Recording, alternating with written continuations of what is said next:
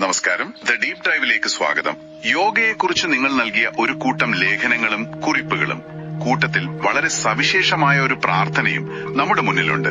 സാധാരണ യോഗയെക്കുറിച്ചുള്ള ചർച്ചകളിൽ നിന്ന് വ്യത്യസ്തമായി കഴിവ് യോഗ എന്നൊരാശയമാണ് ഇതിലെ പ്രധാന ആകർഷണം. അപ്പോ നമ്മുടെ ഇന്നത്തെ ലക്ഷ്യം ഇതാണ്: ഈ പ്രാർത്ഥനയുടെ ആഴം മനസ്സിലാക്കുക, എന്താണ് ഈ കഴിവ് യോഗ എന്ന് ആഴത്തിൽ പരിശോധിക്കുക, പിന്നെ യോഗയെക്കുറിച്ചുള്ള പ്രായോഗികമായ ചില കാര്യങ്ങൾ കൂടി ഇതിനോട് ചേർത്ത് വെക്കുക. നമുക്ക് ആ പ്രാർത്ഥനയിൽ നിന്ന് തന്നെ തുടങ്ങിയാലോ? നിങ്ങൾ പങ്കുവെച്ച ആ പ്രാർത്ഥന ഞാനിവിടെ പൂർണ്ണമായി വായിക്കാം. എന്റെ മനസ്സിനും ശരീരത്തിനും നല്ല ശക്തി നൽകണമേ. എന്റെ മനസ്സിനും ശരീരത്തിനും നല്ല അയവ് നൽകണമേ. എന്റെ മനസ്സിനും ശരീരത്തിനും നല്ല ബാലൻസ് നൽകണമേ. ഏത് കാര്യം ചെയ്യാനുള്ള ശ്രദ്ധയുണ്ടായിരിക്കണമേ. ഏത് കാര്യം ചെയ്യാനുള്ള ആത്മവിശ്വാസം ഉണ്ടായിരിക്കണമേ. അസുഖമില്ലാത്തൊരു ശരീരമുണ്ടായിരിക്കണമേ. ഭംഗിയുള്ളൊരു ശരീരമുണ്ടായിരിക്കണമേ. വിസർജന ശക്തി ഉണ്ടായിരിക്കണമേ. ബഹുമാനിക്കാനും സ്നേഹിക്കാനുള്ള കഴിവുണ്ടാവണമേ. ക്ഷമാശീലം വന്നു ചേരണമേ. വിജ്ഞാനം വന്നു ചേരണമേ. സന്തോഷവും സമാധാനവും വന്നു ചേരണമേ. അസത്യവും സത്യവും തിരിച്ചറിയാനുള്ള കഴിവുണ്ടാവണമേ. ഇതൊരു പ്രാർത്ഥന എന്നതിലുപരി ഒരു ജീവിത ലക്ഷ്യ പ്രഖ്യാപനം പോലെയാണ് എനിക്ക് തോന്നുന്നത്. ശരിയാണ്. സാധാരണ പ്രാർത്ഥനകളിൽ നമ്മൾ ദൈവത്തോട് കാര്യങ്ങൾ ആവശ്യപ്പെടുകയാണ് പതിവ്. ഇവിടെയും അതെ. പക്ഷെ ആവശ്യപ്പെടുന്ന കാര്യങ്ങൾ ശ്രദ്ധിച്ചോ? അതെല്ലാം കഴിവുകളാണ്. കൃത്യമായി. ശക്തി, അയവ്, ബാലൻസ് ഇവ ശാരീരികമാണ്. പക്ഷെ പിന്നെ നോക്കൂ: ശ്രദ്ധ, ആത്മവിശ്വാസം, ക്ഷമ, വിവേകം, മാനസികവും വൈകാരികവുമായ കഴിവുകൾ. അതെ, ഇതെല്ലാം അതാണ്. അവസാനം അസത്യവും സത്യവും തിരിച്ചറിയാനുള്ള കഴിവ്, അത് ആത്മീയമായ ഒരു തലമാണ്. വെറുമൊരു വ്യായാമം എന്നതിനപ്പുറം ജീവിതത്തെ സമഗ്രമായി കാണുന്ന ഒരു ദർശനത്തിന്റെ തുടക്കമാണ് ഈ വരികൾ. ശരിയാണ്. ആ ഒരു പോയിന്റ് വളരെ പ്രധാനമാണ്. കഴിവ് എന്ന വാക്ക് ഒരുപക്ഷെ അതായിരിക്കാം നമ്മളെ കഴിവ് യോഗ എന്ന ആശയത്തിലേക്ക് എത്തിക്കുന്നത്. നിങ്ങളുടെ നോട്ടുകളിൽ ഈ ആശയത്തെ വളരെ വ്യത്യസ്തമായ ഒന്നായിട്ടാണ് അവതരിപ്പിക്കുന്നത്. എന്താണ് ഇതിനെ മറ്റുള്ള യോഗാ രീതികളിൽ നിന്ന് ശരിക്കും വ്യത്യസ്തമാക്കുന്നത്? യോഗ പരിശീലനങ്ങൾ ശാരീരിക മാനസിക ആരോഗ്യത്തിൽ ശ്രദ്ധ കേന്ദ്രീകരിക്കുമ്പോൾ കഴിവ് യോഗ അതിനപ്പുറത്തേക്ക് പോകുന്നു. നിങ്ങളുടെ കുറിപ്പുകൾ അനുസരിച്ച് വ്യക്തിപരമായ കഴിവുകൾ വികസിപ്പിക്കുക, എന്നിട്ട് ആ കഴിവുകൾ ഉപയോഗിച്ച് സാമൂഹികമായ മാറ്റങ്ങൾ കൊണ്ടുവരിക. അതാണ് ഇതിന്റെ കാതൽ. സാമൂഹികമായ മാറ്റങ്ങളോ? അതെ, അതിന് വ്യക്തമായ 4 ഘട്ടങ്ങളുമുണ്ട്. ഓക്കെ, ആ 4 ഘട്ടങ്ങളിലേക്ക് നമുക്ക് കടക്കാം. ഒന്നാമത്തത് പ്രശ്നങ്ങൾ കണ്ടെത്തുക, അല്ലെ? ജീവിതത്തിലെ വെല്ലുവിളികളെ തിരിച്ചറിയുക എന്ന്. അത് കുറച്ചുകൂടി വിശദീകരിക്കാമോ? തീർച്ചയായും. ഇത് വെറുതെ എനിക്ക് ദേഷ്യം വരുന്നു എന്ന് പറയുന്നത് പോലെയല്ല. എന്തുകൊണ്ട് ദേഷ്യം വരുന്നു, ഏത് സാഹചര്യങ്ങളിലാണ് വരുന്നത്, അതിന്റെ മൂലകാരണം എന്താണ് എന്ന് സ്വയം ചോദിച്ച് ഉത്തരം കണ്ടെത്തുന്ന ഒരു പ്രക്രിയയാണിത്. ഒരു ആത്മപരിശോധന പോലെ. അതെ. ഒരുപക്ഷെ അത് ജോലിയിലെ സമ്മർദ്ദമാകാം, അല്ലെങ്കിൽ വ്യക്തിബന്ധങ്ങളിലെ പ്രശ്നങ്ങളാകാം. ആ പ്രശ്നത്തെ കൃത്യമായി നിർവചിക്കുക എന്നതാണ് ആദ്യത്തെ പടി. രണ്ടാമത്തെ ഘട്ടം എനിക്ക് വളരെ കൗതുകകരമായി തോന്നി. പ്രകൃതിയോടൊപ്പം പഠിക്കുക. പുസ്തകത്തിലെ അറിവിനെ പ്രകൃതിയുടെ ഊർജവുമായി യോജിപ്പിക്കണം എന്ന് പറയുന്നു. സൂര്യൻ, മഴ എന്നൊക്കെ. അതെ. ഇതൊരു കാവ്യാത്മകമായ ആശയം എന്നതിലുപരി പ്രായോഗികമായി എങ്ങനെയാണ് കാണേണ്ടത്? വളരെ നല്ല ചോദ്യമാണ്. ഇത് വെറും കവിതയല്ല. പുസ്തകം നമുക്ക് അറിവ് തരുന്നു, ടെക്നിക് പഠിപ്പിക്കുന്നു. പക്ഷെ യോഗയുടെ യഥാർത്ഥ ഊർജം അനുഭവിക്കണമെങ്കിൽ നമ്മൾ പ്രകൃതിയുമായി ചേരണം. ഉദാഹരണത്തിന് സൂര്യ നമസ്കാരം ചെയ്യുമ്പോൾ സൂര്യന്റെ ഊർജം നമ്മളിലേക്ക് പ്രവഹിക്കുന്നതായി സങ്കല്പിക്കുക. മഴ പെയ്യുമ്പോൾ പ്രകൃതി സ്വയം ശുദ്ധീകരിക്കുന്നത് പോലെ നമ്മുടെ ഉള്ളിലെ മാലിന്യങ്ങളെ കഴുകിക്കളയാൻ പ്രാണായാമം സഹായിക്കുമെന്ന് മനസ്സിലാക്കുക. ഭക്തി, കർമ്മ, ജ്ഞാന, രാജയോഗ ഇതെല്ലാം ഇതിന്റെ ഭാഗമാണ്. അറിവിനെ അനുഭവമാക്കി മാറ്റുന്ന ഒരു പ്രക്രിയ. മനസ്സിലായി. ഇപ്പോൾ ഞാൻ ആദ്യം കരുതിയത് ഇതൊരു സാധാരണ യോഗ ക്ലാസിന്റെ ഒരു ടൈം ടേബിൾ ആയിരിക്കുമെന്നാണ്. പക്ഷെ ഇത് വായിച്ചപ്പോൾ ശരിക്കും അത്ഭുതപ്പെട്ടു പോയി. സാധാരണ യോഗ ക്ലാസ്സിൽ ആസനങ്ങളാണല്ലോ പ്രധാനം. ഇവിടെ പക്ഷെ ഭക്തി, കർമ്മം എന്നൊക്കെ പറഞ്ഞാണ് തുടങ്ങുന്നത്.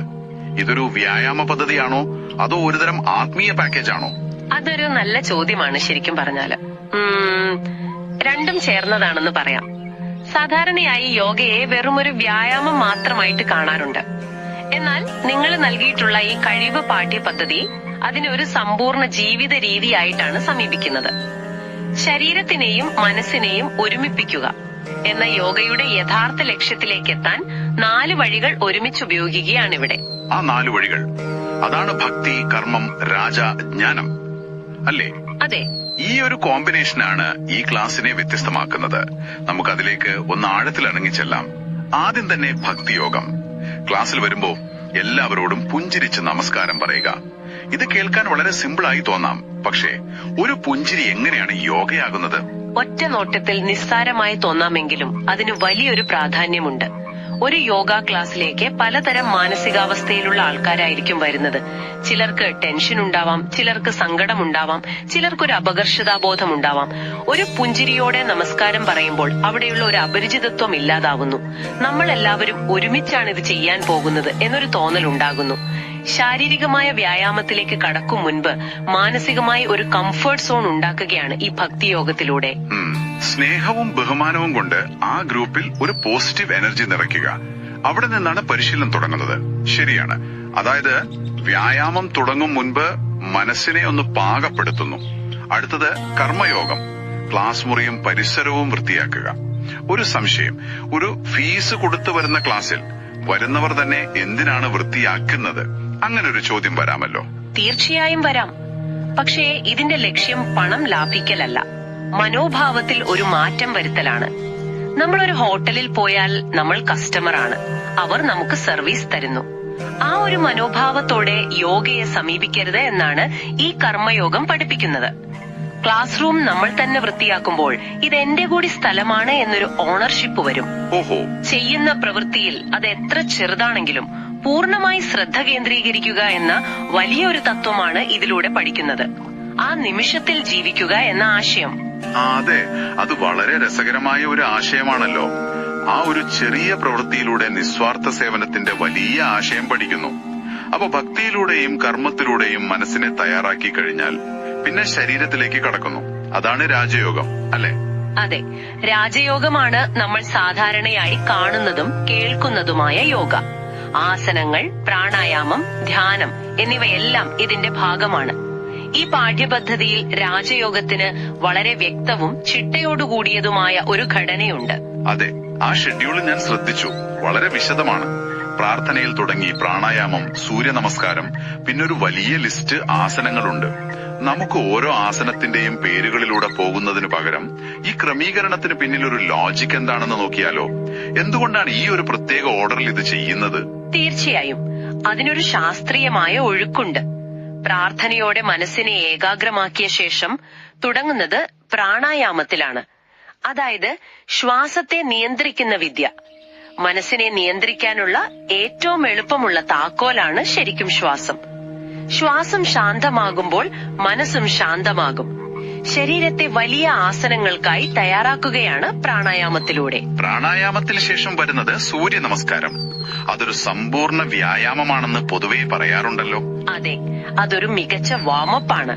ശരീരത്തിലെ ഒട്ടുമിക്ക സന്ധികൾക്കും പേശികൾക്കും ചലനം നൽകി രക്തയോട്ടം വർദ്ധിപ്പിക്കാൻ സൂര്യ നമസ്കാരം സഹായിക്കും. അതിനുശേഷമാണ് പ്രധാന ആസനങ്ങളിലേക്ക് കടക്കുന്നത്. ആസനങ്ങളുടെ ക്രമം ശ്രദ്ധിച്ചാൽ ഒരു കാര്യം മനസ്സിലാകും. അതെന്താണ്? അതൊരു പ്രത്യേക പാറ്റേണിലാണ് പോകുന്നത്. ഉദാഹരണത്തിന് ആദ്യം മലർന്നു കിടന്നുള്ള ആസനങ്ങളാണ് സർവാംഗാസനം, ഹലാസനം പോലുള്ളവ. ഇവ ശരീരത്തിലെ രക്തയോട്ടം തലച്ചോറിലേക്കും മുഖത്തേക്കും വർദ്ധിപ്പിക്കുന്നു. തൈറോയിഡ് ഗ്രന്ഥിയെ ഉത്തേജിപ്പിക്കുന്നു. വരുന്നത് കൃത്യമായി പറഞ്ഞാൽ അതാണ്. അതുപോലെ കമിഴ്ന്നു കിടന്ന് ചെയ്യുന്ന ഭുജംഗാസനം, ശലഭാസനം, ധനുരാസനം എന്നിവ നട്ടെല്ലിന് ബലം കൊടുക്കാൻ സഹായിക്കും. അതിനുശേഷം ഇരുന്നു കൊണ്ടുള്ള പശ്ചിമോത്താനാസനം പോലുള്ളവ ശരീരത്തിന് നല്ല സ്ട്രെച്ചിങ് നൽകുന്നു. ഇങ്ങനെ ശരീരത്തിന്റെ ഓരോ ഭാഗത്തിനും മാറി മാറി വ്യായാമവും വിശ്രമവും നൽകുന്ന ഒരു ഡിസൈനാണിത്. അതുകൊണ്ടാണല്ലേ ഓരോ സെറ്റ് ആസനങ്ങൾക്കിടയിലും വിശ്രമം എന്ന് പ്രത്യേകം എഴുതിയിരിക്കുന്നത്? അതെ, ഊർജം വീണ്ടെടുക്കാൻ അത് അത്യാവശ്യമാണ്. ഈ ലിസ്റ്റിൽ എനിക്ക് കൗതുകം തോന്നിയ ചില കാര്യങ്ങളുണ്ട്. കൈനടത്തം, നീന്തൽ പോലുള്ള ചില ചലനങ്ങൾ. ഇത് സാധാരണ യോഗ ക്ലാസ്സുകളിൽ അത്ര കണ്ടുവരുന്ന ഒന്നല്ലല്ലോ. ശരിയാണ്. ഇതൊരു പക്ഷേ യോഗയെ കൂടുതൽ ഡൈനാമിക് ആക്കാനുള്ള ഒരു ശ്രമമായിരിക്കാം. പരമ്പരാഗത യോഗയിൽ നിന്ന് വ്യത്യസ്തമായി ശരീരത്തിന് കൂടുതൽ ഫ്ലെക്സിബിലിറ്റിയും സ്റ്റാമിനയും നൽകാൻ ഇത്തരം ചലനങ്ങൾ സഹായിക്കും. യോഗയെ ഒരു മുറിക്കുള്ളിൽ ഒതുക്കാതെ ജീവിതത്തിലെ പല ചലനങ്ങളുമായി ബന്ധിപ്പിക്കാനുള്ള ഒരു ശ്രമം കൂടിയായി ഇതിനെ കാണാം. അതുപോലെ ബാലൻസിംഗ് പോസുകളായ കാക്കാസനം, മയൂരാസനം, അതൊക്കെ ഏകാഗ്രതയും കൈകളുടെ ബലവും ഒരുപാട് കൂട്ടുന്നവയാണ്. വളരെയധികം. അപ്പോ ഇത്രയും അതിനുശേഷം ഏറ്റവും അവസാനമായി ജ്ഞാനയോഗം, ഒരു ചർച്ച അല്ലെങ്കിൽ സംവാദം. ഇതെങ്ങനെയാണ് ഒരു സാധാരണ സംശയ നിവാരണ സെഷനിൽ നിന്ന് വ്യത്യസ്തമാകുന്നത്? അതൊരു നല്ല പോയിന്റാണ്. ഇതൊരു ടെക്നിക്കൽ Q&A സെഷൻ മാത്രമല്ല. 1 മണിക്കൂർ ശരീരം കൊണ്ട് അനുഭവിച്ചറിഞ്ഞ കാര്യങ്ങളെ ബുദ്ധി കൊണ്ട് വിശകലനം ചെയ്യുകയാണിവിടെ. എന്തുകൊണ്ടാണ് എനിക്കിന്ന് ത്രികോണാസനം ചെയ്യാൻ ബുദ്ധിമുട്ട് തോന്നിയത്? ശ്വാസം എടുക്കുമ്പോൾ എന്റെ ചിന്തകൾ എവിടെയായിരുന്നു? ഇത്തരം സ്വയം ചോദ്യം ചെയ്യലുകളും അതിനെക്കുറിച്ചുള്ള ചർച്ചകളുമാണ് ജ്ഞാനയോഗം. പരിശീലനത്തിലൂടെ ലഭിച്ച അനുഭവത്തെ അറിവാക്കി മാറ്റുന്ന പ്രക്രിയ, അതാണ് ജ്ഞാനയോഗത്തിന്റെ കാതൽ. അപ്പോ അവിടെയാണ് യോഗ വെറും വ്യായാമമല്ലാതായി ഒരു ശാസ്ത്രമായി മാറുന്നത്. അതെ അതെ.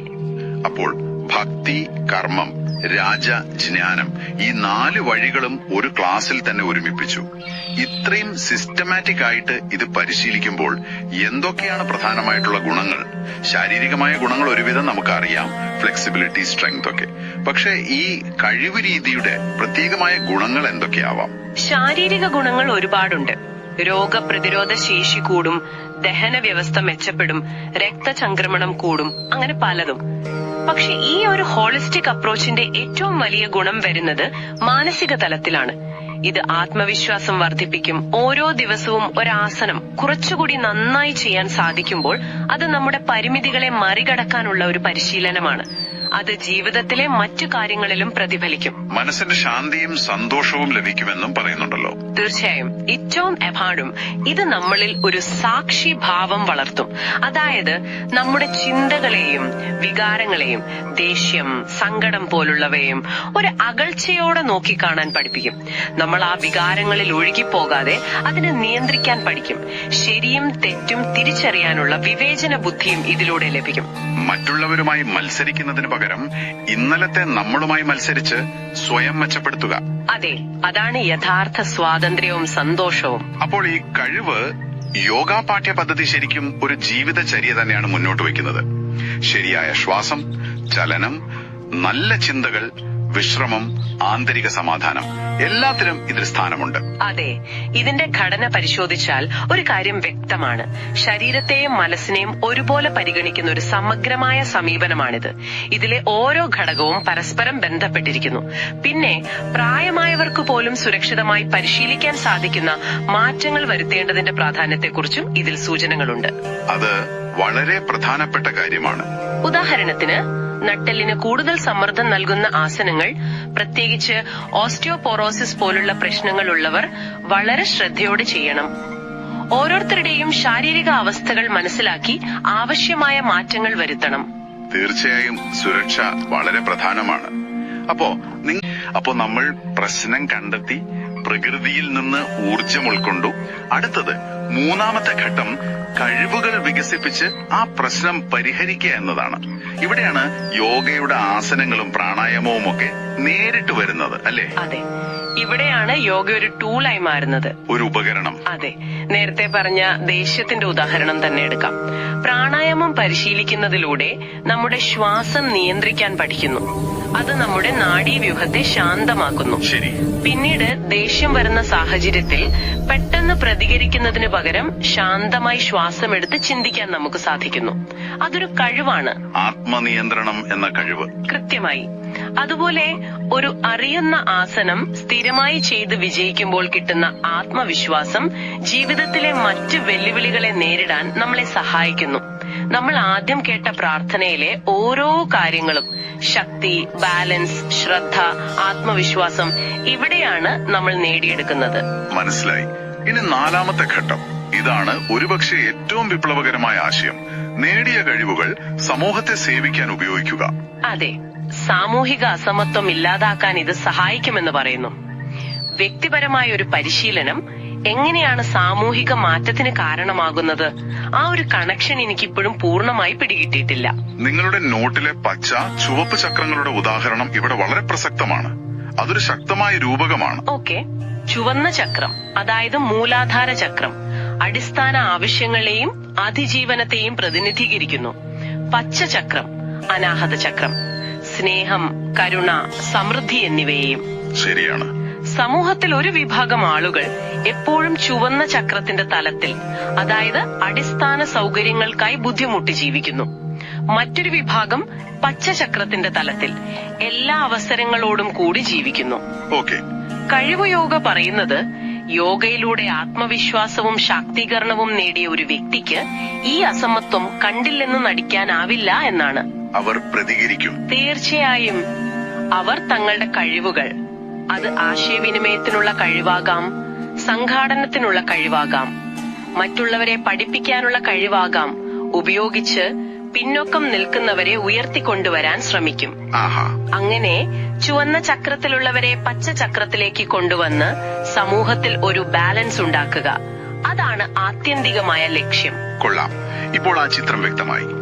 ഇതിന്റെ ഭാഗമായിട്ടാണോ ABCDZ ഓഫ് ലൈഫ് എന്നൊരു ചട്ടക്കൂടിനെ കുറിച്ച് നിങ്ങളുടെ കുറിപ്പുകളിൽ പറയുന്നത്? അതെ അതെ. അത് ഈ പദ്ധതിയുടെ അടിസ്ഥാന ശിലയാണെന്ന് പറയുന്നുണ്ടെങ്കിലും എന്താണെന്ന് വിശദീകരിക്കുന്നില്ല. നമുക്കതിലൊന്ന് ആഴത്തിൽ നോക്കിയാലോ? തീർച്ചയായും. അത് ഈ കഴിവ് യോഗയുടെ പ്രായോഗികമായ രൂപമാണ്. ഇംഗ്ലീഷ് അക്ഷരമാലയിലെ ഓരോ അക്ഷരത്തിനും ഓരോ ജീവിത തത്വം നൽകിയിരിക്കുകയാണ്. E for action, B for belief. അതെ. A for action, B for believe, C for communication. അങ്ങനെ Z for zeal, ഉത്സാഹം വരെ. ഇത് വെറുമൊരു ലിസ്റ്റ് അല്ല. പിന്നെയോ? ഓരോ ദിവസവും ഓരോ വിഷയത്തെക്കുറിച്ച് പഠിക്കുകയും ആത്മപരിശോധന നടത്തുകയും ജീവിതത്തിൽ പ്രാവർത്തികമാക്കാൻ ശ്രമിക്കുകയും ചെയ്യുന്ന ഒരു പരിശീലന പദ്ധതിയാണിത്. നമുക്കൊരു ഉദാഹരണം നോക്കാം. C for communication, അല്ലെങ്കിൽ ആശയവിനിമയം. യോഗ പരിശീലനം എങ്ങനെയാണ് ഒരാളുടെ ആശയവിനിമയ ശേഷി മെച്ചപ്പെടുത്തുന്നത്? നല്ല ചോദ്യം. ആശയവിനിമയം എന്ന് പറയുമ്പോൾ നമ്മൾ സംസാരിക്കുന്നത് മാത്രമല്ലല്ലോ പ്രധാനം, കേൾക്കുന്നതും പ്രധാനമാണ്, അല്ലേ? ശരിയാണ്. യോഗയും മെഡിറ്റേഷനും പരിശീലിക്കുമ്പോൾ നമ്മൾ നമ്മുടെ ശരീരത്തെയും മനസ്സിനെയും ശ്വാസത്തെയും ശ്രദ്ധിക്കാൻ പഠിക്കുകയാണ്. പുറത്തുനിന്നുള്ള ബഹളങ്ങൾക്കിടയിലും സ്വന്തം ഉള്ളിലേക്ക് കേൾക്കാൻ പഠിക്കുന്നു. ഒരുതരം ആന്തരികമായ ശ്രദ്ധ. അതെ. ഈ കഴിവ്, അതായത് ആഴത്തിൽ ശ്രദ്ധിക്കാനുള്ള ഈ കഴിവ് നമ്മൾ മറ്റൊരാളോട് സംസാരിക്കുമ്പോഴും പ്രയോജനപ്പെടും. അവർ പറയുന്ന വാക്കുകൾക്കപ്പുറം അവരുടെ വികാരങ്ങളെയും മനസ്സിലാക്കാൻ ഇത് നമ്മളെ സഹായിക്കും. അപ്പോൾ നമ്മുടെ ആശയവിനിമയം കൂടുതൽ അർത്ഥവത്താകും. കൊള്ളാം. ഇത് ശരിക്കും യോഗയെ മാറ്റിൽ നിന്ന് ജീവിതത്തിലേക്ക് കൊണ്ടുവരുന്ന ഒരു പാലം പോലെയാണ്. കൃത്യമായി. കഴിവ് യോഗ എന്ന ഈ സമഗ്രമായ കാഴ്ചപ്പാട് മാറ്റി നിർത്തിയാൽ നിങ്ങൾ തന്ന മറ്റു ലേഖനങ്ങൾ യോഗയുടെ സാർവത്രികമായ പ്രയോജനങ്ങളെ കുറിച്ചാണ് സംസാരിക്കുന്നത്. പ്രത്യേകിച്ച് പ്രായമായവരിൽ. അമേരിക്കയിലെ യോഗ പരിശീലകരിൽ 1/3 50 വയസ്സ് കഴിഞ്ഞവരാണെന്ന കണക്ക് എന്നെ അത്ഭുതപ്പെടുത്തി. അതെ, അത് യാദൃച്ഛികമല്ല. പ്രായമാകുമ്പോൾ ശരീരം നേരിടുന്ന പല വെല്ലുവിളികൾക്കും യോഗ ഒരു മികച്ച പരിഹാരമാണ്. ഹൃദ്രോഗ സാധ്യത കുറയ്ക്കുന്നത് മുതൽ ഉത്കണ്ഠയും വിഷാദവും ലഘൂകരിക്കുന്നതുവരെ നിരവധി ഗുണങ്ങളുണ്ട്. സന്ധിവാതത്തെക്കുറിച്ചും പറയുന്നുണ്ടല്ലോ. ഉണ്ട്. നിങ്ങളുടെ ഒരു ലേഖനത്തിൽ സന്ധിവാതമുള്ളവരിൽ നടത്തിയ ഒരു പഠനത്തെക്കുറിച്ച് പറയുന്നുണ്ട്. യോഗ പരിശീലനം അവരുടെ വേദന കുറയ്ക്കുക മാത്രമല്ല, മാനസികാരോഗ്യവും ജീവിത നിലവാരവും മെച്ചപ്പെടുത്തിയെന്നും ആ പഠനം കണ്ടെത്തി. ശക്തിയുടെയും അസ്ഥികളുടെ ആരോഗ്യത്തിന്റെ കാര്യത്തിലും യോഗയുടെ പങ്ക് വലുതാണെന്ന് തോന്നുന്നു. പ്രായം കൂടുമ്പോൾ പേശികളുടെ അളവ് കുറയുന്നത്, അതായത് സാർക്കോപീനിയ, ഒരു വലിയ പ്രശ്നമാണല്ലോ. തീർച്ചയായും. ഇതിനൊരു സ്വാഭാവിക പ്രതിരോധ പരിശീലനമാണ് യോഗ. ഓരോ ആസനത്തിലും നമ്മൾ നമ്മുടെ സ്വന്തം ശരീരഭാരം ഉപയോഗിച്ചാണ് വ്യായാമം ചെയ്യുന്നത്. ഇത് പേശികളെ ബലപ്പെടുത്തുന്നു. അസ്ഥികളുടെ കാര്യത്തിലോ? അസ്ഥികളുടെ ആരോഗ്യത്തിന്റെ കാര്യവും അങ്ങനെ തന്നെ. സ്ഥിരമായി യോഗ ചെയ്യുന്നത് അസ്ഥികളുടെ സാന്ദ്രത വർദ്ധിപ്പിക്കുമെന്ന് പഠനങ്ങൾ തെളിയിച്ചിട്ടുണ്ട്. പ്രത്യേകിച്ച് വീഴ്ചകളിൽ പൊട്ടാൻ സാധ്യതയുള്ള നട്ടെല്ലിന്റെയും ഇടുപ്പെല്ലിന്റെയും ബലം വർദ്ധിപ്പിക്കാൻ ഇത് സഹായിക്കും. വൃക്ഷാസനം പോലുള്ളവ? അതെ. വൃക്ഷാസനം പോലുള്ള ബാലൻസിംഗ് പോസുകൾ വീഴ്ച തടയാനും സഹായിക്കും.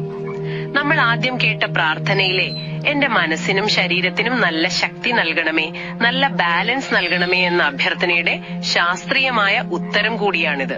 ഇത്രയധികം ഗുണങ്ങളുണ്ടെങ്കിലും നിങ്ങൾ നൽകിയ രേഖകൾ ഒരു മുന്നറിയിപ്പും നൽകുന്നുണ്ട്. പ്രായമായവർ യോഗ ചെയ്യുമ്പോൾ പരിക്കേൽക്കാനുള്ള സാധ്യതയും കൂടുതലാണ്. അത് വളരെ പ്രധാനപ്പെട്ട ഒരു കാര്യമാണ്. പ്രത്യേകിച്ച് ഓസ്റ്റിയോപൊറോസിസ്, അസ്ഥിക്ഷയം, ഹൃദയ സംബന്ധമായ അസുഖങ്ങൾ എന്നിവ ഉള്ളവർ ശ്രദ്ധിക്കണമെന്ന് പറയുന്നു. അതെ, യോഗ എല്ലാവർക്കും വേണ്ടിയുള്ളതാണെങ്കിലും എല്ലാ പോസുകളും എല്ലാവർക്കും വേണ്ടിയുള്ളതല്ല. ഓരോരുത്തരും അവരവരുടെ ശരീരത്തെ അറിഞ്ഞു വേണം പരിശീലിക്കാൻ. ഒരു ഉദാഹരണം പറയാമോ? ഉദാഹരണത്തിന് ഓസ്റ്റിയോപൊറോസിസ് ഉള്ളവർ നട്ടെല്ല് ഒരുപാട് വളയ്ക്കുന്നതും തിരിക്കുന്നതുമായ ആസനങ്ങൾ ഒഴിവാക്കണം. മുന്നോട്ട് വളയുമ്പോൾ നടു വളയ്ക്കാതെ ഇടുപ്പിൽ നിന്ന് വളയാൻ ശ്രമിക്കണം. കശേരുക്കൾക്ക് സമ്മർദ്ദം വരാതിരിക്കാനാണിത്. തലകീഴായുള്ള പോസുകളെ കുറിച്ചും ഒരു മുന്നറിയിപ്പുണ്ട്. ശീർഷാസനം, സർവാംഗാസനം പോലുള്ളവ ഉണ്ട്. ഹെഡ് സ്റ്റാൻഡ്, ഷോൾഡർ സ്റ്റാൻഡ് പോലുള്ള ആസനങ്ങളിൽ കഴുത്തിലും തോളുകളിലും ഒരുപാട് ഭാരം വരുന്നുണ്ട്. അസ്ഥിക്ഷയമുള്ളവരിൽ ഇത് അപകടകരമാവാം. അപ്പൊ അതൊക്കെ ഒഴിവാക്കണം. അതെ. അതുപോലെ ഉയർന്ന രക്തസമ്മർദ്ദമുള്ളവർക്കും ഗ്ലോക്കോമ പോലുള്ള പ്രശ്നങ്ങളുള്ളവർക്കും ഇത്തരം പോസുകൾ നല്ലതല്ല. അതുകൊണ്ട് അത്തരം പോസുകൾ പൂർണ്ണമായും ഒഴിവാക്കുകയോ അല്ലെങ്കിൽ യോഗ്യനായ ഒരു ഗുരുവിന്റെ മേൽനോട്ടത്തിൽ വളരെ ലളിതമായ രൂപത്തിൽ ചെയ്യുകയോ ആവാം. ഹൃദയാരോഗ്യത്തിന്റെ കാര്യത്തിലോ പ്രാണായാമം ചെയ്യുമ്പോൾ ശ്രദ്ധിക്കേണ്ട കാര്യങ്ങളെക്കുറിച്ച് എടുത്തു പറയുന്നുണ്ട്. ശ്വാസം പിടിച്ചുവെക്കുന്ന തരത്തിലുള്ള പ്രാണായാമങ്ങൾ, അതായത് കുംഭകം, ഒഴിവാക്കുന്നതാണ് നല്ലത്. കാരണം ഇത് രക്തസമ്മർദ്ദത്തിൽ പെട്ടെന്ന് വ്യതിയാനങ്ങൾ ഉണ്ടാക്കാൻ സാധ്യതയുണ്ട്. ശരിയാണ്. അതുപോലെ അലകീഴായുള്ള ആസനങ്ങളിൽ നിന്ന് പെട്ടെന്ന് എഴുന്നേൽക്കുന്നത് തലകറക്കത്തിന് കാരണമാകും.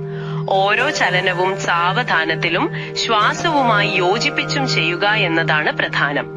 ചുരുക്കത്തിൽ സ്വന്തം ശരീരത്തെ ബഹുമാനിക്കുക. വേദനയുണ്ടെങ്കിൽ നിർത്തുക. അതെ, ഒരു വിദഗ്ധന്റെ സഹായം തേടുന്നത് എപ്പോഴും സുരക്ഷിതമാണ്. ഈ ചർച്ച നമ്മളെ സൂര്യ നമസ്കാരത്തിലേക്ക് എത്തിക്കുന്നു. നിങ്ങൾ തന്ന രേഖകളിൽ സൂര്യ നമസ്കാരത്തെ ഒരു സമ്പൂർണ്ണ വ്യായാമമായിട്ടാണ് വിശേഷിപ്പിക്കുന്നത്. നമ്മൾ ഇതുവരെ സംസാരിച്ച പല ആശയങ്ങളെയും ഒരുമിപ്പിക്കുന്ന ഒന്നാണോ സൂര്യ നമസ്കാരം? തീർച്ചയായും. യോഗ എന്നാൽ സംയോജനമാണെന്ന തത്വത്തിന്റെ ഏറ്റവും മികച്ച ഉദാഹരണമാണ് സൂര്യ നമസ്കാരം. ഇതിൽ ശ്വാസവും ചലനവും ഒരുമിച്ച് ചേരുന്നു. 12 ഘട്ടങ്ങൾ. അതെ, 12 ഘട്ടങ്ങളിലൂടെ ശരീരം മുന്നോട്ടും പിന്നോട്ടും വളയുന്നു. പേശികൾക്ക് ശക്തിയും അയവും ലഭിക്കുന്നു. നിങ്ങൾ നൽകിയ ചിത്രങ്ങളിൽ കാണുന്നതുപോലെ ഭുജംഗാസനം, കോബ്ര പോസ്, പർവ്വതാസനം, മൗണ്ടൻ പോസ് പോലുള്ള പല പ്രധാന ആസനങ്ങളും ഇതിൽ ഉൾപ്പെടുന്നുണ്ട്. നമ്മൾ ആദ്യം കേട്ട പ്രാർത്ഥനയിലെ ശക്തി, അയവ്, ബാലൻസ് എന്നീ 3 കാര്യങ്ങളും ഒരുമിച്ച് ലഭിക്കുന്ന ഒരു പരിശീലനമാണിത്, അല്ലേ? കൃത്യമായി. അതിലുപരി ഇതൊരു ധ്യാനാത്മകമായ ചലനമാണ്. ഓരോ ചലനത്തിലും ശ്രദ്ധ കേന്ദ്രീകരിക്കുമ്പോൾ അത് നമ്മുടെ മനസ്സിനെ ശാന്തമാക്കുന്നു. നമ്മൾ ആദ്യം സംസാരിച്ച കഴിവ് യോഗയുടെ തത്വങ്ങളുമായി ഇതിനെ ബന്ധിപ്പിക്കാം. തീർച്ചയായും. സൂര്യ നമസ്കാരം സ്ഥിരമായി ചെയ്യുമ്പോൾ നമുക്ക് ശാരീരികവും മാനസികവുമായ കഴിവുകൾ ലഭിക്കുന്നു. ആ ഊർജവും ആത്മവിശ്വാസവും ജീവിതത്തിലെ മറ്റു കാര്യങ്ങൾക്കായി ഉപയോഗിക്കാൻ നമുക്ക് സാധിക്കുന്നു. അപ്പോൾ ഇന്നത്തെ ഈ ചർച്ചയിൽ നിന്ന് എനിക്ക് മനസ്സിലായത് ഇതാണ്: യോഗ എന്നത് കേവലം കുറെ ആസനങ്ങൾ ചെയ്യലല്ല, അതൊരു സമഗ്രമായ ജീവിത രീതിയാണ്. ശരിയാണ്. കഴിവ് യോഗ പോലുള്ള ആശയങ്ങൾ ഈ പരിശീലനത്തെ എങ്ങനെ വ്യക്തിത്വ വികസനത്തിനും അതിലൂടെ സാമൂഹിക നന്മയ്ക്കും ഉപയോഗിക്കാമെന്ന് കാണിച്ചു തരുന്നു. അതെ, യോഗ ആർക്കും ചെയ്യാമെങ്കിലും പ്രത്യേകിച്ച് പ്രായമാകുമ്പോൾ നമ്മുടെ ശരീരത്തിന്റെ പരിമിതികളെ അറിഞ്ഞും ബഹുമാനിച്ചും സുരക്ഷിതമായി ചെയ്യേണ്ടത് വളരെ പ്രധാനമാണ്. വളരെ ശരിയാണ്. ധ്യാനത്തെക്കുറിച്ചാണ് കുറച്ചുകൂടി ആഴത്തിൽ സംസാരിക്കാൻ പോകുന്നത്. അതെ. എന്തുകൊണ്ടാണ് ഈ ക്ലാസ്സിൽ ധ്യാനം ഇത്ര പ്രധാനമാകുന്നത്? പിന്നെ തുടക്കക്കാർക്ക് പോലും ചെയ്യാൻ കഴിയുന്ന ഒരു ലളിതമായ രീതിയെക്കുറിച്ച് പറയുന്നുണ്ട്. അവസാനം വരുന്ന ആ പ്രാർത്ഥന, അത് വെറുമൊരു പ്രാർത്ഥനയാണോ, അതോ അതിലും വലുതായി എന്തെങ്കിലും അതിലുണ്ടോ? നമുക്കിതിന്റെ ഉള്ളിലേക്കൊന്ന് ഇറങ്ങിച്ചെല്ലാം. തീർച്ചയായും. ഈ നോട്ടുകളിൽ പറയുന്നത് പോലെ യോഗയുടെ ശാരീരിക വ്യായാമങ്ങൾ കഴിഞ്ഞിട്ട് മനസ്സിനെ ഒരുക്കുന്ന ഒരു ഘട്ടമായാണ് ധ്യാനത്തെ അവതരിപ്പിക്കുന്നത്. അതായത് ശരീരത്തിനുള്ള വ്യായാമം കഴിഞ്ഞു, ഇനി മനസ്സിനുള്ളത്. കൃത്യമായി. യോഗയുടെ അവസാനം ചെയ്യുന്ന ശവാസനം, ശരീരം പൂർണ്ണമായി തളർത്തിയിട്ടുള്ള ഒരു വിശ്രമം, അത് ധ്യാനത്തിലേക്ക് കടക്കാനുള്ള ഒരു വാതിൽ പോലെയാണ്. ഓഹോ. അവിടെയാണ് നമ്മൾ ശ്രദ്ധ ശരീരത്തിൽ നിന്ന് പതിയെ മനസ്സിലേക്ക് മാറ്റുന്നത്. അത് ശരിയാണ്. പലപ്പോഴും ധ്യാനം എന്ന് കേൾക്കുമ്പോൾ ഒന്നും ചിന്തിക്കാതെ ഇരിക്കണം എന്നൊരു തെറ്റിദ്ധാരണയുണ്ടല്ലോ. ഉണ്ട്. പക്ഷെ ഇവിടെ തുടക്കക്കാർക്കായി പറയുന്ന ആ രീതി എനിക്ക് വളരെ പ്രായോഗികമായി തോന്നി. കാരണം വെറുതെ ഇരിക്കാൻ പറയുന്നതിന് പകരം ശ്വാസത്തിൽ ശ്രദ്ധിക്കാൻ ഒരു ജോലി തരുന്നുണ്ട്. അത് മനസ്സലയുന്നത് കുറയ്ക്കാൻ നല്ലതല്ലേ? അതാണ് അതിന്റെ പ്രധാന ഗുണം. വരുമൊരു 5-10 മിനിറ്റ് മതി. കണ്ണടച്ചിരുന്ന് ശ്വാസം ഉള്ളിലേക്ക് എടുക്കുമ്പോൾ ശ്വസിക്കുന്നു, ഞാൻ ശ്വസിക്കുന്നത് അറിയുന്നു എന്നും, പുറത്തുവിടുമ്പോൾ പുറത്തു വിടുന്നു, ഞാൻ പുറത്തു വിടുന്നത് അറിയുന്നു എന്നും. അതെ, അത്രേ ഉള്ളൂ. ഇവിടെ ലക്ഷ്യം ചിന്തകളെ ഇല്ലാതാക്കലല്ല, മറിച്ച് ചിന്തകൾ വരുമ്പോൾ അതിൽ കുടുങ്ങിപ്പോകാതെ ശ്രദ്ധയെ സൗമ്യമായിട്ട് ശ്വാസത്തിലേക്ക് തിരികെ കൊണ്ടുവരാനാണ് നമ്മൾ ശ്രമിക്കുന്നത്. ഈ 5 മിനിറ്റ് ശ്വാസം ശ്രദ്ധിക്കുന്നത് കൊണ്ട് ഇത്രയധികം ഗുണങ്ങൾ ഉണ്ടാകുമെന്ന് ഈ നോട്ടിൽ പറയുന്നത് ശരിക്കും എന്നെ അത്ഭുതപ്പെടുത്തി. ശാരീരികമായി ഹൃദയപിടിപ്പ് പൊടയുന്നത് മുതൽ മാനസികമായി ഓർമ്മശക്തി കൂടുന്നതുവരെ വാർദ്ധക്യം മന്ദഗതിയിലാക്കാൻ വരെ ഇത് സഹായിക്കുമെന്ന് പറയുന്നുണ്ടല്ലോ. അതെങ്ങനെയാണ് സാധ്യമാവുന്നത്? അവിടെയാണ് ശരിക്കും രസകരമായ ഒരു കാര്യം വരുന്നത്. ധ്യാനം നമ്മുടെ ശരീരത്തിലെ സ്ട്രെസ് ഹോർമോണില്ലേ, കോർട്ടിസോൾ, അതിന്റെ അളവ് കുറയ്ക്കും. ഈ കോർട്ടിസോൾ അധികമാകുമ്പോഴാണ് നമ്മുടെ DNA-യുടെ അറ്റത്തുള്ള ടെലോമിയറുകൾ എന്ന് പറയുന്ന ഭാഗം ചെറുതാകുന്നത്. ടെലോമിയറുകളോ? അതെന്താണ്? അതായത് ഒരു ഷൂ ലേസിന്റെ അറ്റത്ത് ഒരു പ്ലാസ്റ്റിക് കവചം കാണില്ലേ, ലേസ് പിരിഞ്ഞു പോകാതിരിക്കാൻ. ഉണ്ട്. ഏകദേശം അതുപോലെ നമ്മുടെ DNA-യെ സംരക്ഷിക്കുന്ന ഒരു ഭാഗമാണ് ഈ ടെലോമിയറുകൾ. ഇത് ചെറുതാകുന്നത് വാർദ്ധക്യത്തിനും അൽഷിമേഴ്സ് പോലുള്ള പല രോഗങ്ങൾക്കും കാരണമാകും. അപ്പോ ധ്യാനം വഴി സ്ട്രെസ് കുറയ്ക്കുമ്പോൾ നമ്മൾ നമ്മുടെ DNA-യെ തന്നെയാണ് സംരക്ഷിക്കുന്നത് എന്നാണോ? അതെ, അതാണ് പഠനങ്ങൾ സൂചിപ്പിക്കുന്നത്. അവിശ്വസനീയമായി തോന്നാം, പക്ഷെ അതാണ് സത്യം. വാവ്. അപ്പോ ഇത് വെറുമൊരു മാനസിക വ്യായാമം മാത്രമല്ല, നമ്മുടെ കോശങ്ങളെ വരെ സ്വാധീനിക്കുന്ന ഒന്നാണ്. തീർച്ചയായും. അതുകൊണ്ടാണ് ഈ കഴിവ് ക്ലാസ്സിൽ ഇതിനെ രാജയോഗയുടെ ഭാഗമായാണ് ഉൾപ്പെടുത്തിയിരിക്കുന്നത്. എന്താണ് ഈ രാജയോഗം? യോഗയുടെ പല ശാഖകളുണ്ട്. അതിൽ ശരീരത്തിനേക്കാൾ കൂടുതൽ പ്രാധാന്യം മനസ്സിന്റെ നിയന്ത്രണത്തിന് കൊടുക്കുന്നതാണ് രാജയോഗം. ചിന്തകളെയും വികാരങ്ങളെയും നിയന്ത്രിച്ച് ഒരു ഉയർന്ന മാനസികാവസ്ഥയിലേക്ക് എത്തുക. ഓക്കെ, മനസ്സിലായി. ശാരീരികമായ പരിശീലനങ്ങൾക്ക് ശേഷം വരുന്ന അവസാന ഭാഗം ഫൈനൽ റിലാക്സേഷൻ അല്ലെങ്കിൽ ശവാസനം. ചിലരൊക്കെ സമയം ലാഭിക്കാൻ ഇത് ഒഴിവാക്കുന്നത് കാണാറുണ്ട്. പക്ഷെ ഇവിടെ 10 മിനിറ്റോ അതിൽ കൂടുതലോ ഇതിനായി മാറ്റിവെക്കാൻ പറയുന്നു. അത്രയേറെ പ്രാധാന്യമുണ്ടോ അതിന്? ഒഴിവാക്കാൻ പാടില്ലാത്ത ഒരുപക്ഷെ ഏറ്റവും പ്രധാനപ്പെട്ട ഭാഗമാണത്. 1 മണിക്കൂർ ശരീരം കൊണ്ട് ചെയ്ത എല്ലാ പരിശീലനങ്ങളുടെയും ഗുണങ്ങൾ ശരീരം പൂർണ്ണമായി ആഗിരണം ചെയ്യുന്ന സമയമാണത്. ഒരു കമ്പ്യൂട്ടറിൽ ഒരുപാട് വേലകൾ ചെയ്ത ശേഷം സേവ് ബട്ടൺ അമർത്തുന്നത് പോലെയാണ് ശവാസനം. നല്ലൊരു താരതമ്യമാണല്ലോ. സേവ് ചെയ്തില്ലെങ്കിൽ ചെയ്ത ജോലികളെല്ലാം നഷ്ടപ്പെട്ടു പോകാം. അതുപോലെ ശവാസനത്തിലൂടെയാണ് ശരീരം സ്വയം റീസെറ്റ് ചെയ്യുന്നതും ഊർജം സംഭരിക്കുന്നതും. ശാരീരികവും മാനസികവുമായ എല്ലാ പിരിമുറുക്കങ്ങളും ഒഴിവാക്കി പൂർണ്ണമായി റിലാക്സ് ചെയ്യാനുള്ള അവസരമാണത്. ശവാസനത്തിന് ശേഷമാണ് ധ്യാനവും പ്രാർത്ഥനയും വരുന്നത്. ഒരു പരിശീലനമാണ്. അങ്ങനെ വരുമ്പോ ഇതിന്റെ ഭാഗമായുള്ള പ്രാർത്ഥനയ്ക്ക് വലിയ പ്രാധാന്യമുണ്ടല്ലേ? അത് വെറുമൊരു അപേക്ഷ എന്നതിലുപരി നമ്മൾ എന്തായി തീരണം എന്ന് സ്വയം നൽകുന്ന ഉറപ്പുകൾ പോലെയാണ്. അതെ അതെ. ആ പ്രാർത്ഥനയെ നമുക്ക് 3ആയിട്ട് തിരിക്കാം. 1, ശാരീരികമായ ആരോഗ്യം, അതായത് ശക്തി, ബാലൻസ്, അസുഖമില്ലാത്ത അവസ്ഥ. ശരി. 2, മാനസികമായ കഴിവുകൾ, ശ്രദ്ധ, ആത്മവിശ്വാസം, പിന്നെ സത്യവും അസത്യവും തിരിച്ചറിയാനുള്ള കഴിവ്. മൂന്നാമത്തത് സാമൂഹികവും വൈകാരികവുമായ ഗുണങ്ങൾ, സ്നേഹം, ക്ഷമ, സമാധാനം. അങ്ങനെ ഓരോ വരിയും ജീവിതത്തിന്റെ ഓരോ മേഖലയാണ് സ്പർശിക്കുന്നത്. നമുക്ക് ആ പ്രാർത്ഥന ഒന്ന് മുഴുവനായി കേട്ടാലോ? തീർച്ചയായും. പ്രാർത്ഥന എങ്ങനെയാണ്?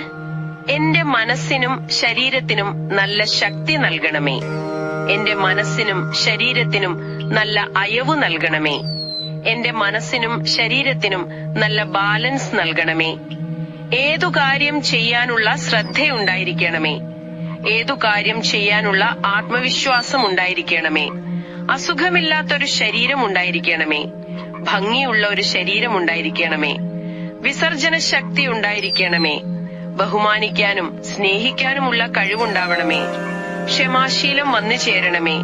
വിജ്ഞാനം വന്നു ചേരണമേ. സന്തോഷവും സമാധാനവും വന്നു ചേരണമേ. അസത്യവും സത്യവും തിരിച്ചറിയാനുള്ള കഴിവുണ്ടാവണമേ. വ്യക്തമായ ലക്ഷ്യങ്ങളും ചേരുമ്പോൾ അത് മനസ്സിനും ശരീരത്തിനും വലിയ മാറ്റങ്ങൾ തരും. അതെ.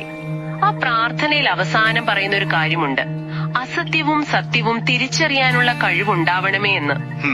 ഒരു നിമിഷം നിങ്ങൾ ചിന്തിച്ചു നോക്കൂ. ദിവസവും കുറച്ചുനേരം ശ്വാസത്തിൽ ശ്രദ്ധിക്കുന്നത് പോലെ നിങ്ങൾ കേൾക്കുകയും കാണുകയും ചെയ്യുന്ന ഓരോ വിവരത്തെയും അതിലെ സത്യവും അസത്യവും ഒന്ന് ശ്രദ്ധിക്കാൻ ശ്രമിച്ചാൽ എങ്ങനെയുണ്ടാകും? അതൊരു നല്ല ചിന്തയാണ്. അത് നിങ്ങളുടെ കാഴ്ചപ്പാടുകളെ എത്രമാത്രം മാറ്റിയേക്കാം. അവസാനിപ്പിക്കുന്നതിന് മുൻപ് നിങ്ങളുടെ കുറിപ്പുകളിൽ കണ്ടൊരു വാചകം ഞാൻ ഓർമ്മിപ്പിക്കട്ടെ. പറയൂ. ശ്രദ്ധ പോകുന്നിടത്ത് ഊർജമൊഴുകുന്നു. Where attention goes energy flows. ആഹാ. ഇത് യോഗയുടെ മാത്രമല്ല, ജീവിതത്തിന്റെ തന്നെ ഒരു അടിസ്ഥാന തത്വമാണ്. നമ്മുടെ ശ്രദ്ധ എവിടെയാണോ കേന്ദ്രീകരിക്കുന്നത്, നമ്മുടെ ഊർജം അവിടേക്ക് ഒഴുകിയെത്തും. അത് നമ്മുടെ ശരീരത്തിലാകാം, നമ്മുടെ ബന്ധങ്ങളിലാകാം, നമ്മുടെ ജോലിയിലാകാം. വളരെ ശരിയാണ്. ഈ ഒരു ചിന്ത നിങ്ങളുടെ യോഗ പരിശീലനത്തെയും ജീവിതത്തെയും കൂടുതൽ അർത്ഥപൂർണമാക്കാൻ സഹായിക്കുമെന്ന് ഞാൻ കരുതുന്നു. യോഗ മാറ്റിൽ ചെയ്യുമ്പോൾ ലഭിക്കുന്ന ശ്രദ്ധയും ഊർജവും മാറ്റിൽ നിന്ന് പുറത്തിറങ്ങി ജീവിതത്തിന്റെ എല്ലാ മേഖലകളിലും പ്രയോജനപ്പെടുത്താൻ നിങ്ങൾക്ക് നൽകിയ ഈ വിവരങ്ങൾ ആഴത്തിൽ മനസ്സിലാക്കാൻ ശ്രമിക്കുന്നവർക്ക് വേണ്ടി നമുക്ക് ഈ ചർച്ച ഒരു ചിന്തയോടെ അവസാനിപ്പിക്കാം. ഈ പാഠ്യപദ്ധതിയിലെ എല്ലാ ആസനങ്ങളും ഒരുമിച്ച് ചെയ്യാൻ നമുക്ക് പറ്റിയില്ലെന്നിരിക്കട്ടെ. പക്ഷെ ഇതിലെ ഏതെങ്കിലും ഒരു ചെറിയ ഭാഗം, ഉദാഹരണത്തിന് നാളത്തെ നിങ്ങളുടെ ദിവസം തുടങ്ങുമ്പോൾ സഹപ്രവർത്തകരോട് ആത്മാർത്ഥമായി ഒന്ന് പുഞ്ചിരിക്കുന്ന ഭക്തിയോഗം, അല്ലെങ്കിൽ നിങ്ങൾ ചായ കുടിച്ച കപ്പ് മറ്റാരെങ്കിലും കാത്തു നിൽക്കാതെ സ്വയം കഴുകി വെക്കുന്ന കർമ്മയോഗം, അങ്ങനെ ഒരു ചെറിയ പ്രവൃത്തി നിങ്ങളുടെ ആ ദിവസത്തെ എങ്ങനെയായിരിക്കും മാറ്റിമറിക്കാൻ സാധ്യതയുള്ളത് ഒന്ന് ചിന്തിച്ചു നോക്കാവുന്നതാണ്.